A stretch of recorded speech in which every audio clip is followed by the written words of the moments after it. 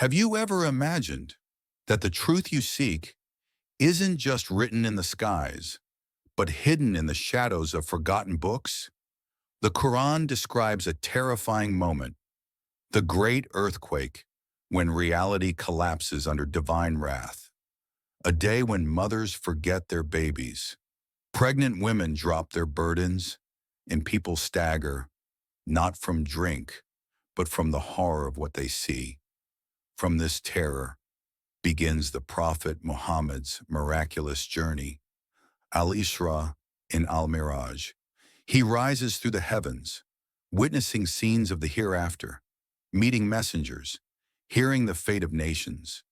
He sees paradise, rivers of light, endless peace, and the reward of the righteous. And he sees hell, blazing flames, souls screaming, and justice delivered. These visions inspired Islamic art and even reached Europe, shaping Dante's Divine Comedy, a journey through hell and heaven. But in the shadows lie dangerous doctrines, hidden in the Talmud and the protocols, commands to destroy morality in the name of freedom, to break families, to erase faith with false science. Some claim we are God's chosen. All others are born to serve us. Is that faith or supremacy? In their teachings, there's no resurrection, no judgment, just the rise of a nation as their only salvation. They silence the voices of prophets, altered divine books, and buried truth beneath allegory. So ask yourself, who really holds the truth? And who rewrote it? Between divine light and man-made distortion, between eternal justice and worldly agendas, watch till the end to uncover the ultimate truth. Subscribe now, because what you're about to see may change everything. The message of Abdul-Baha was to unite Muslims, Christians, and Jews upon the foundational laws of Moses.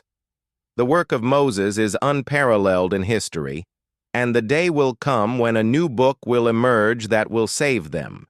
Yet the people will not find guidance apart from the laws of Moses. Abdul-Baha committed egregious fabrications against Islam and Christianity.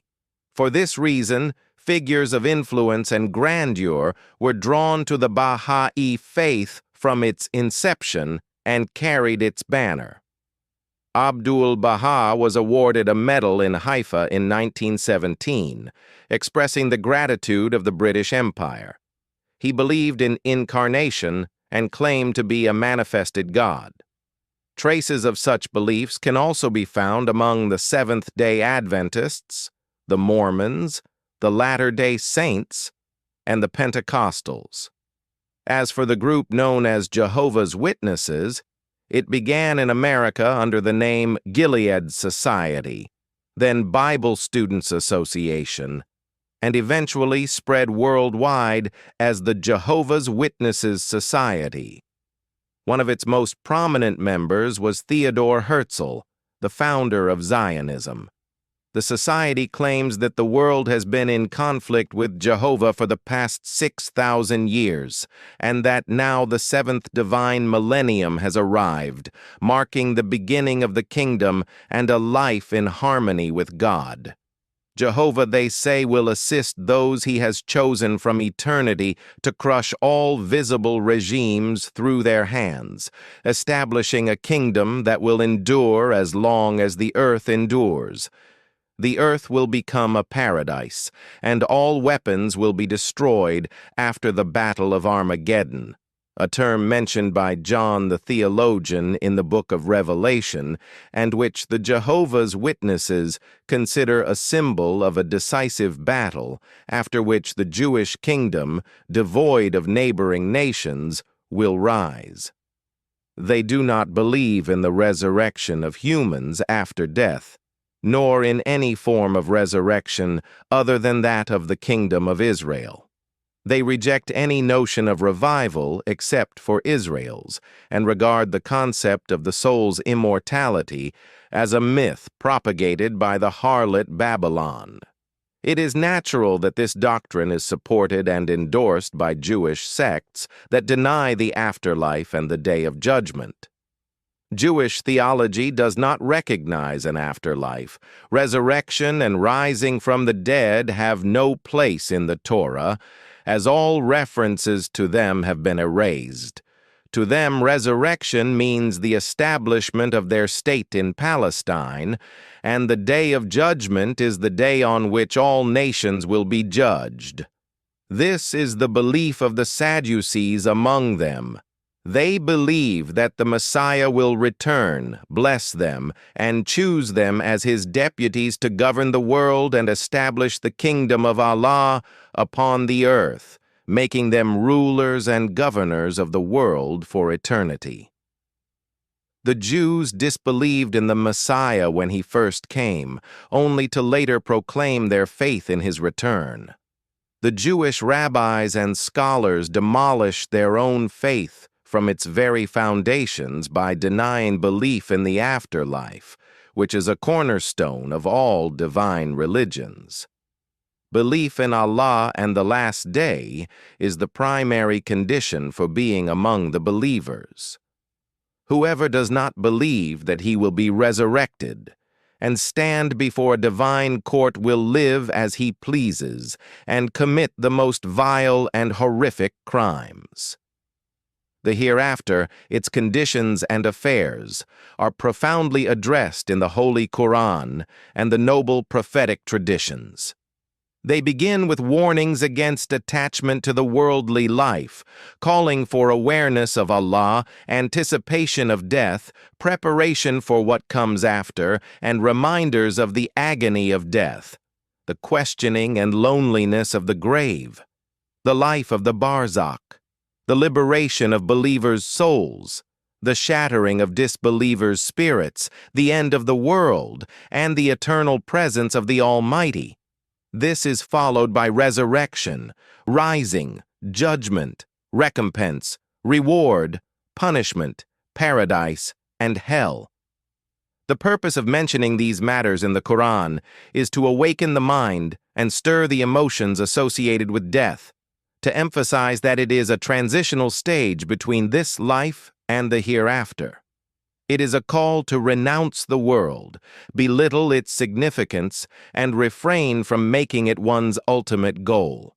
Instead, it should be seen as a place of tireless work, continuous striving for the worship and obedience of Allah, the cultivation of the earth, the attainment of abundant goodness, everlasting bliss, and eternal happiness.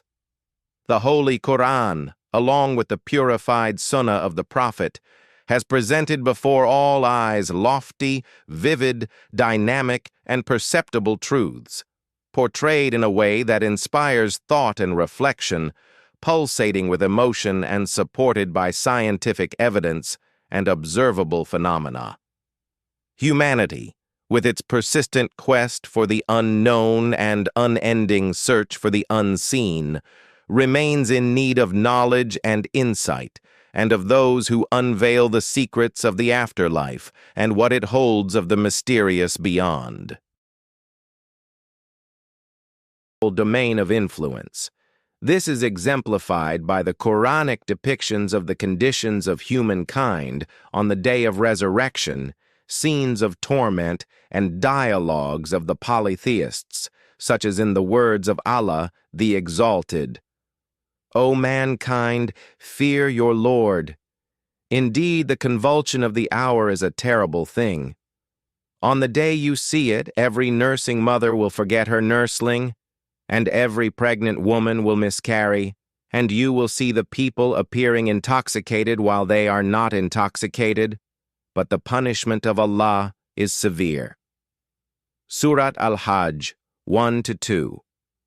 Such impactful imagery also appears in the events of Al-Isra and Al-Mi'raj, as narrated in the noble prophetic traditions, where the Prophet, peace be upon him, witnessed scenes from the day of judgment and met with his brother prophets and messengers. These profound experiences have greatly influenced Arabic literary creativity, evident in works such as Al-Maqama al-Olisiyya by Al-Hamadan, Risalat al-Ghufran by Abu al-Ala al-Ma'ar, and Al-Futuhat al-Makkiyya by Ibn Arab. This influence even extended to European literature, most notably in Dante Alighieri's Divine Comedy, which consists of 100 cantos describing hell, purgatory, and paradise. The day of resurrection is described as the day when mankind will stand before the Lord of the worlds. Surat al-Mutaffifin 6. The day when the earth will be replaced by another earth, and the heavens as well, and all will appear before Allah, the One, the Prevailing. Surat Ibrahim 48. In this worldly life, Allah, glorified be He, is hidden behind apparent causes. Nothing veils the heart from perceiving divine presence, sovereignty, and majesty except the heedlessness of humans toward divine law and wisdom. It is the influence of the environment that veils the naturally pure heart from perceiving truth when clarity and sound understanding prevail. Allah, the Exalted, has prescribed a path for how we should interact with one another. To give each their due, to support the weak against the strong, and to prevent oppression by tyrants. Such injustice is, in essence, an assault on the rights Allah has established in His creation and exposes the corruption of misguiding leaders. Allah, glory be to Him, has, in His justice, guaranteed equal rights for all without distinction based on race, color, or creed. We are all equal before Him. No one is superior except through righteousness, taqwa. Allah is capable of protecting His creation and the rights He has granted them. Therefore, His justice necessitates retribution.